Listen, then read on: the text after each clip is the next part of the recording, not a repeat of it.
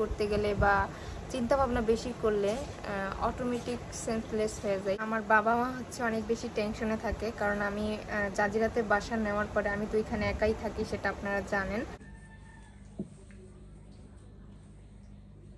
আসসালামু আলাইকুম, আপনারা সবাই কেমন আছেন? আশা করি অনেক ভালো আছেন। যে যেখানে আছেন সুস্থ আছেন, আলহামদুলিল্লাহ। আপনাদের দোয়া ভালোবাসা আমরা অনেক ভালো আছি। তো প্রতিদিনের মতো চলে আসলাম আপনাদের জন্য আরেকটি নতুন ব্লগ নিয়ে। আজকের ব্লগটা স্টার্ট করলাম হচ্ছে সকাল সকালেই। আমি হচ্ছি শ্বশুর বাড়িতে গেছিলাম ছোট ননদের মেয়ের আকিকার জন্য। সেখান থেকে চলে এসেছি সকাল সকাল ভোরে। তো অনেকদিন পরে আমার বাসায় আসা, কারণ আমি ছেলে মেয়ের আর নিজের অসুস্থতার জন্য বাবার বাড়িতে ছিলাম। আর এমনি তো এই বাসাটা আমার ওরকম করে থাকা হয় না, তার কারণ হচ্ছে যেদিন আমার ছেলের বার্থডে ছিল সেই দিন তো দেখছেন আমার ছেলে কি একটা দুর্ঘটনা ঘটাইছে। সেই দিনের পর থেকে এই বাসাটায় আমার একা একা থাকতে খুব ভয় ভয় কাজ করে।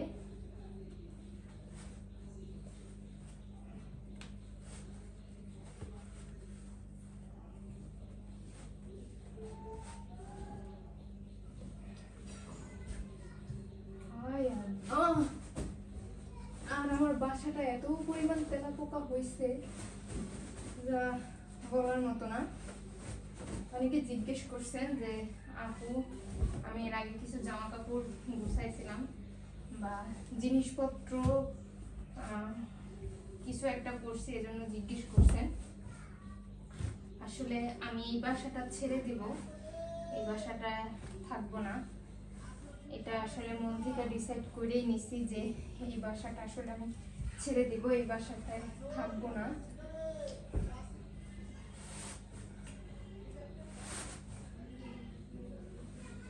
বাবা, এটা তো তোমার মা আছে। আব্বা,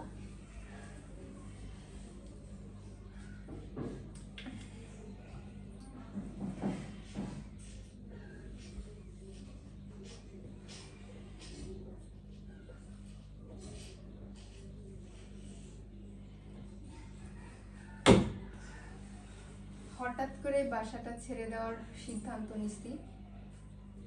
আসলে অনেক বড় ঘটনা বলা যায়, এই জন্য আর কি আমি বাসাটা ছেড়ে দেওয়ার সিদ্ধান্ত নিয়েছি। আমি এই মাসটাতে তো এক হিসাবে থাকাই হলো না আমার, এরকম একটা অবস্থা, থাকি নেই বলা যায়। তোমার গাড়িটা চালাও তো আব্বা, গাড়িটা চালাবে না একটু? এতদিন পরে আসছো, তোমার গাড়িটা চালাবে না? গাড়িটা চালাইবে না একটু? কেন? দাও, ছাড়ো, একটু চালাও গাড়িটা। তোমার কি চালাইতে ইচ্ছা করে না?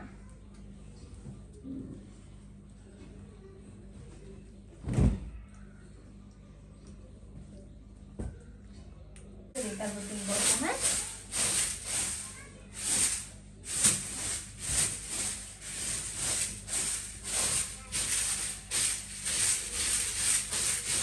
নানার কাছে চলে যাবো একটু পরেই, তুমি আর আমি চলে যাবো নানা বাড়ি।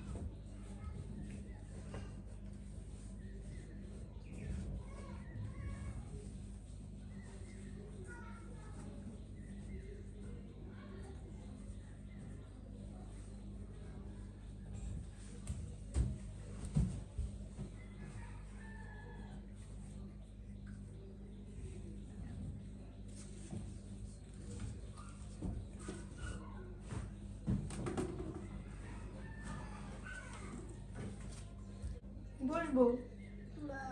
দাঁড়াও,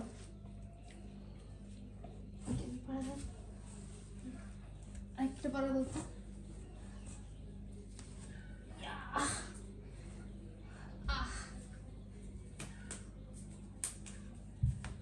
ফ্যান ছাড়বো না, থাক, ফ্যান ছাড়া লাগবে, ময়লা।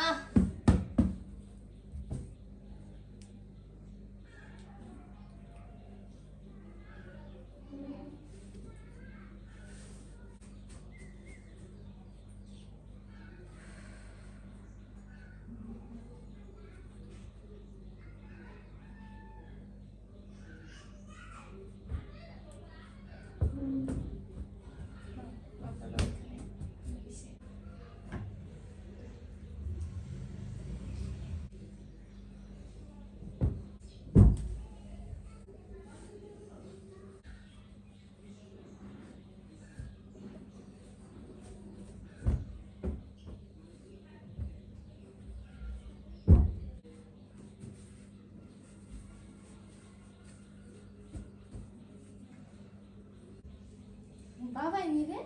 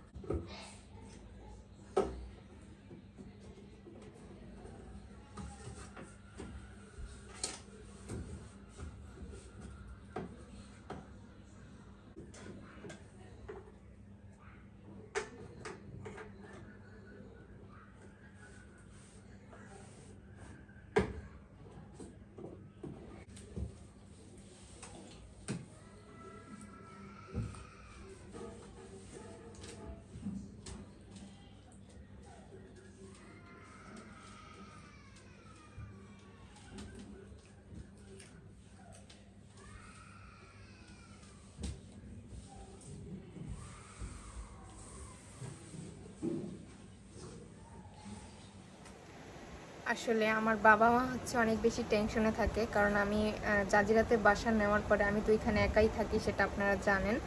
তো একাই বেশি থাকা হয়, মাঝে মধ্যে দেখা যায় ওর বাবা গিয়া থাকে। এই জন্য হচ্ছে আমার বাবা মা প্রচুর ভয়ে থাকে। আর আমি মানে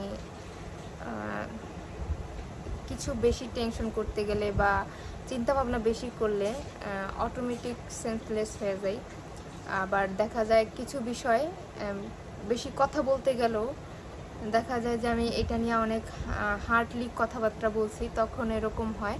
এজন্য হচ্ছে আমার মা বাবা বেশি টেনশন করে যে ওইখানে একা বাসায় দুইটা বাচ্চা নিয়ে থাকি, আমার যদি কিছু হয় তাহলে আমার মানে ছেলে মেয়ের অবস্থা কি হবে। এজন্য আমার মা বলে যে মানে ওই বাসাতে একা থাকার দরকার নাই, যদি ওর বাবা থাকে তাহলে তুই থাকবি, আর যদি না থাকে তাহলে এখানে আইসা পড়বে। এই জন্য আমার এখানে বেশি থাকা। আর আমার ছেলে মেয়ে অসুস্থ, আমি অসুস্থ, এই জন্য আমার মায়ের কাছে আসা, কারণ কখন কি হয় সেটা তো বলা যায় না। তবে আমার এই ভাড়া বাসাটা অনেক বেশি পছন্দ হয়েছিল প্রথমত। এখন হচ্ছে আমি নিজেও কেমন একটা জানি আমার ভয় ভয় কাজ করে, কেমন একটা মনে হয় নিজের কাছে। এই জন্য মানে সব দিক মিলাইয়া দেখা শুনে মনে হইতেছে যে একা একা আসলে এখানে থাকাটা আমার জন্য একটা রিস্ক। আর বাসাটা তেমন একটা এখন নিজের কাছে পরিচিত মনে হয় না। এতদিন ধরে থাকতেছি, হঠাৎ করে কেমন যেন ওই বাসাটাতে আমার ভয় ভয় কাজ করে। তো এই কারণে হচ্ছে আমি মানে বাবা মার সাথে কথা বললাম যে মা, আমি তো আগে মানে বাসাটা থাকতাম খুব ভালো, বাট এখন আমার কেমন যেন একটা ভয় ভয় কাজ করে, খুব একটা মানে স্বস্তি পাই না আর কি ওইখানে। আমার ছেলে যেদিন দরজা আটকে গেছিলো ওই দিনের পর থেকে আমার নিজেরও খুব ভয় কাজ করে এই জন্য।